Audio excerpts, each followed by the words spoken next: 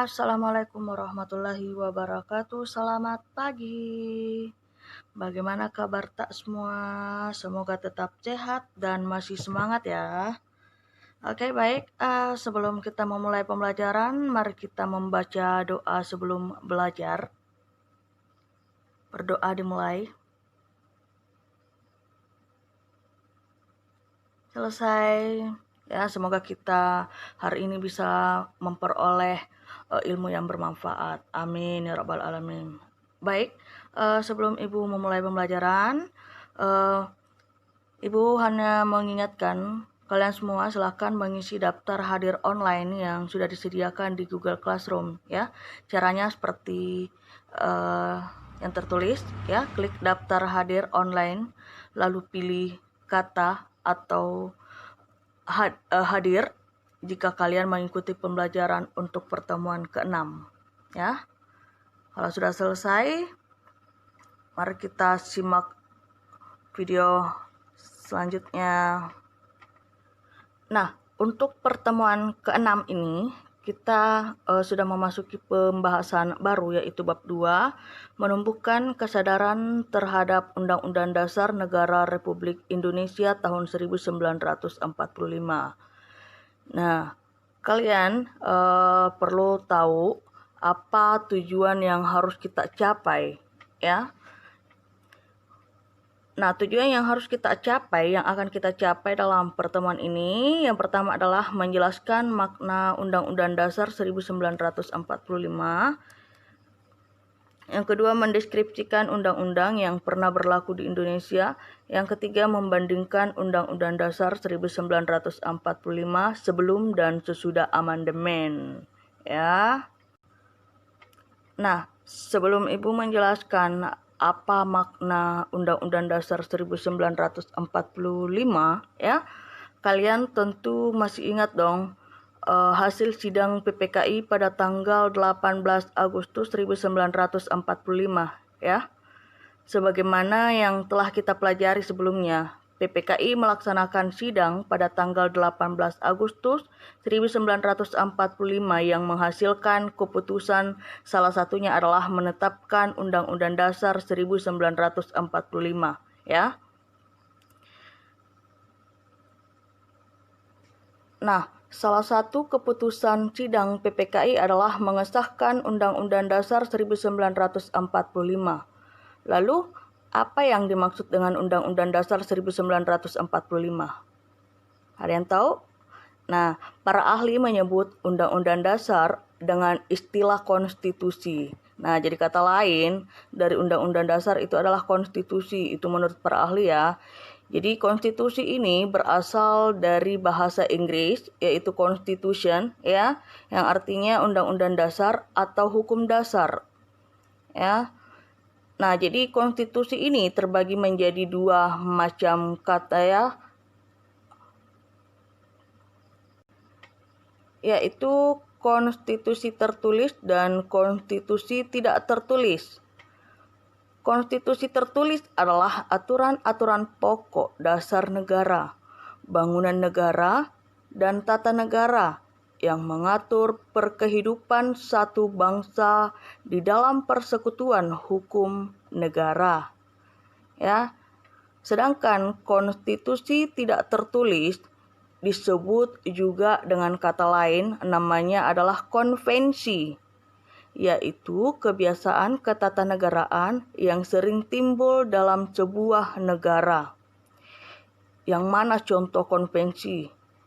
Misalnya dalam sebuah ketatanegaraan antara lain adalah pengambilan keputusan di MPR berdasarkan musyawarah untuk mufakat, atau pidato presiden setiap tanggal 16 Agustus 1945 di depan sidang paripurna DPR dan sebelum MPR bersidang. Seperti itu ya. Jadi pengertian hukum dasar adalah aturan-aturan dasar yang dipakai sebagai landasan dasar dan sumber bagi berlakunya seluruh hukum atau peraturan perundang-undangan dan penyelenggaraan pemerintahan negara pada suatu negara. Sudah paham sampai di sini? Ya, jangan lupa ditulis ya dalam buku catatannya ataupun latihannya ya. Karena sebentar itu Ibu kumpul. Oke. Nah, selanjutnya kita membahas makna Undang-Undang Dasar 1945. Jadi, makna Undang-Undang Dasar 1945 ini merupakan sumber motivasi dan perjuangan serta tekad bangsa Indonesia untuk mencapai tujuan nasional, di mana ini merupakan sumber cita hukum dan moral yang ingin ditegakkan, yang mengandung nilai-nilai universal dan lestari, ya. Oke, pembahasan selanjutnya adalah Undang-Undang Dasar yang pernah berlaku di Indonesia. Jadi, Undang-Undang Dasar atau Konstitusi yang pernah berlaku di Indonesia semenjak Proklamasi Kemerdekaan 17 Agustus 1945 sampai sekarang di Indonesia itu telah berlaku 3 macam undang-undang dalam 4 periode. Jadi sudah tiga undang-undang, tapi sudah 4 periode, jadi ada yang double ya. Di antaranya itu adalah 1. Undang-Undang Dasar 1945 ya, di mana periode ini berlaku pada tanggal 18 Agustus 1945 sampai dengan 27 Desember 1949. Itu. Nah, yang kedua, Undang-Undang RIS. Apa itu RIS? Republik Indonesia Serikat. Nah, periode ini berlaku pada tanggal 27 Desember 1949 sampai dengan 17 Agustus 1950.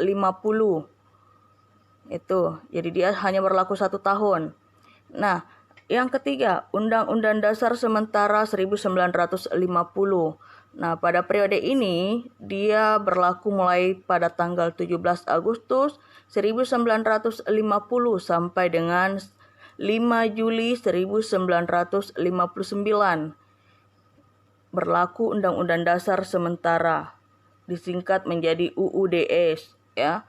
Nah, yang terakhir kembali lagi berlaku Undang-Undang Dasar 1945. Nah, ini yang double.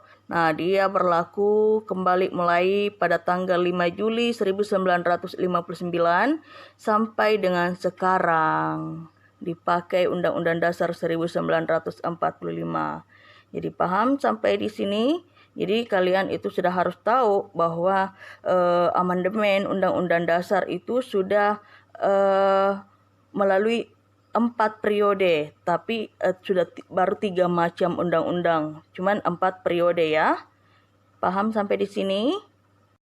Lanjut. Nah, sekarang membandingkan Undang-Undang Dasar 1945 sebelum dan sesudah amandemen. Nah, di sini kita lihat ada 2 tabel. Ada 2 kolom ya, sebelum amandemen, yaitu sebelum dilakukan perubahan Undang-Undang Dasar 1945 terdiri atas pembukaan batang tubuh, di mana dalam batang tubuh itu ada 16 bab, 37 pasal, 65 ayat ya. 16 ayat berasal dari 16 pasal yang hanya terdiri dari 1 ayat, dan 49 ayat berasal dari 21 pasal yang terdiri dari 2 ayat atau lebih, pasal atau peralihan, dan 2 aturan tambahan serta penjelasan. Itu sebelum amandemen ya. Nah, sesudah amandemen yaitu setelah dilakukan 4 kali perubahan. Undang-Undang Dasar 1945 memiliki 20 bab, 73 pasal, 194 ayat, 3 pasal aturan peralihan, dan 2 pasal aturan tambahan.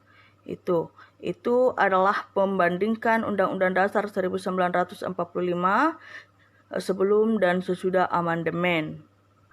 Nah, kalian sudah pasti paham apa yang Ibu jelaskan secara ringkas ya, mengenai makna undang-undang, terus undang-undang yang sudah berlaku di Indonesia ya, terus membandingkan amandemen sebelum amandemen dan sesudah amandemen ya.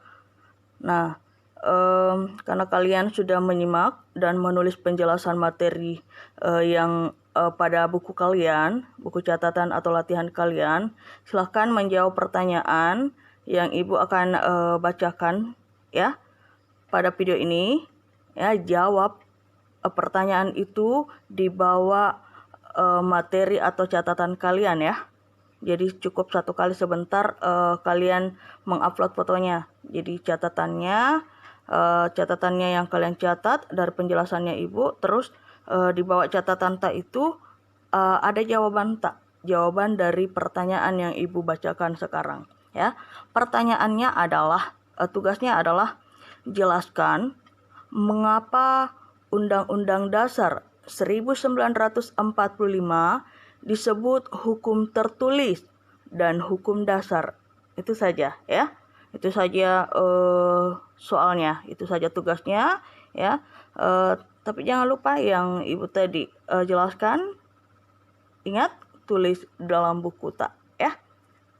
Karena nanti akan dibahas lagi ya. Semoga bermanfaat ya. Lebih dan kurangnya mohon dimaafkan. Selamat bekerja. Assalamualaikum warahmatullahi wabarakatuh.